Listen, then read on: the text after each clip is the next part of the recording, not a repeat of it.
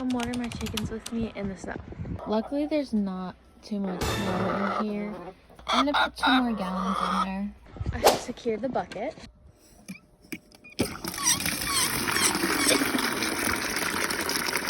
She's filled. That should be good for now. I'm gonna put the lid back on. Now I'm gonna go get them some grain / mealworms, so they stop making so much noise. Mealworms secure. Look at these velociraptors.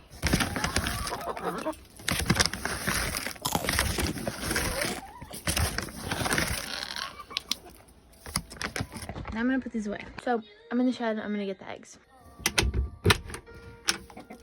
Like we have 2 in the nest box, 2 outside of it, and 1 in the corner. So, oh, 2 under this beautiful lady. In the pocket they go.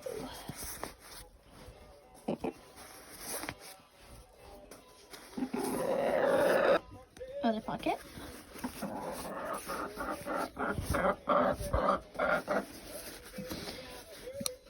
I got the last 2 out of the nest box. Alright, the eggs are secure. That's it for today. See you later.